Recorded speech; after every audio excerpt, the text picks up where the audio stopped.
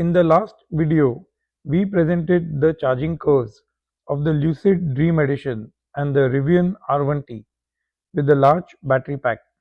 In this one, we'll look at the charging curves of the two MEB siblings, the Audi e-tron and the VW ID.4. Both the cars are on this channel for our impressions, specs and trim information. Links are in the description. Both these vehicles have an identical 77 kWh usable battery pack. Both are SUVs and long admired German brands.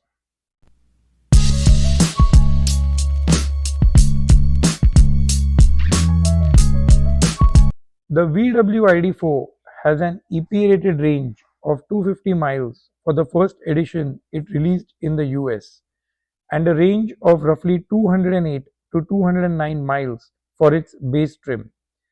The 77 kWh usable battery pack goes with 125 to 135 kilowatts in peak DC charging rate.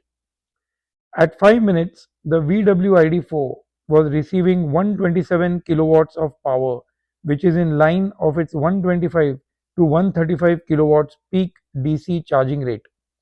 It had received 10 kilowatt hours of energy plugging in at 0% in 5 minutes.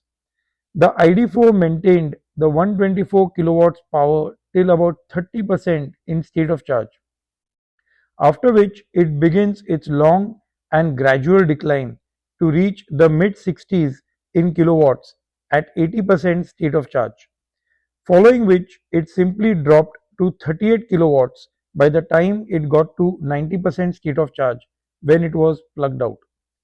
The ID.4 added its first 100 miles of range in about 16 minutes, starting at 0%.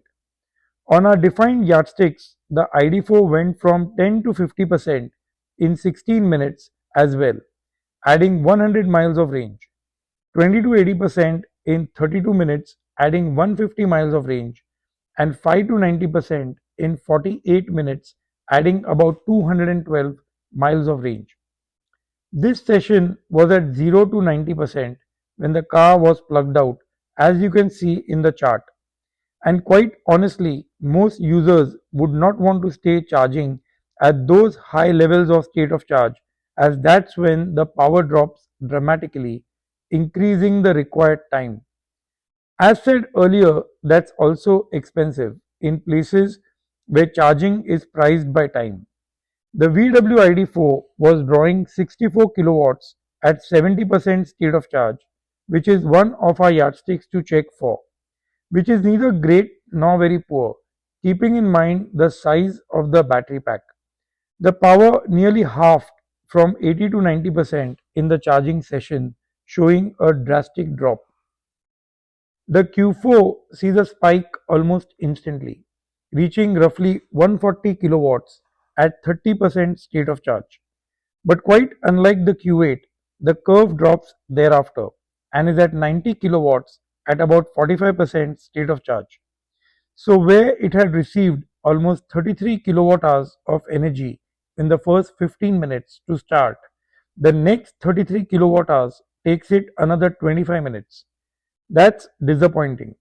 From 45% state of charge to about 60%, it roughly stays fairly linear, then drops gradually in kilowatts from about the 80s to the 65 to 70s in kilowatts till 80% state of charge.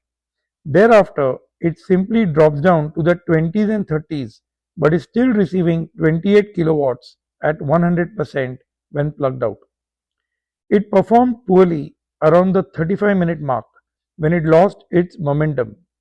At 70%, the Audi Q4 e-tron was drawing 69 kilowatts, which, like the ID.4, was fairly neutral on performance.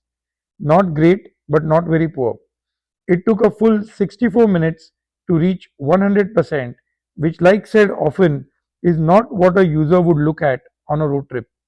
The Q4 e-tron has a peak 220 kilowatt DC rate, which was inconsequential in this test on this 150 kilowatt DC fast charger. It has an EP range of 265 miles, which will be the base assumption for the performance figures you will now hear. It added the first 100 miles of range from 0% in 12 minutes. It did 10 to 50% in 16 minutes, adding 106 miles of range, our preferred road trip measure. It did 20 to 80% in 32 minutes, adding 159 miles of range, probably the most common user preferred metric, and did 5 to 90% in 47 minutes, adding 225 miles of range, an outer maximum measure. That makes it fairly clear the expectations one can entertain on the charging of the Audi Q4 e-tron. So we have now presented here the charging curves of two very interesting similar cars on DC fast chargers.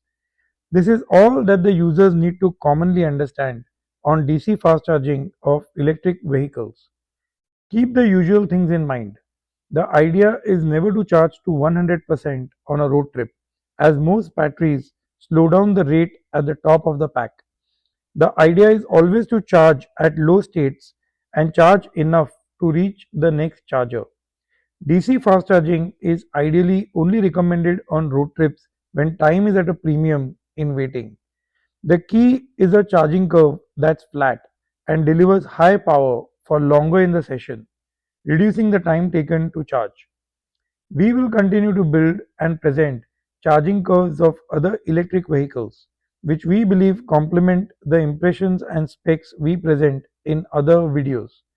This video also helps understand batteries and their unique features when charging fast. Thank you for your time, and I will see you soon in the next one.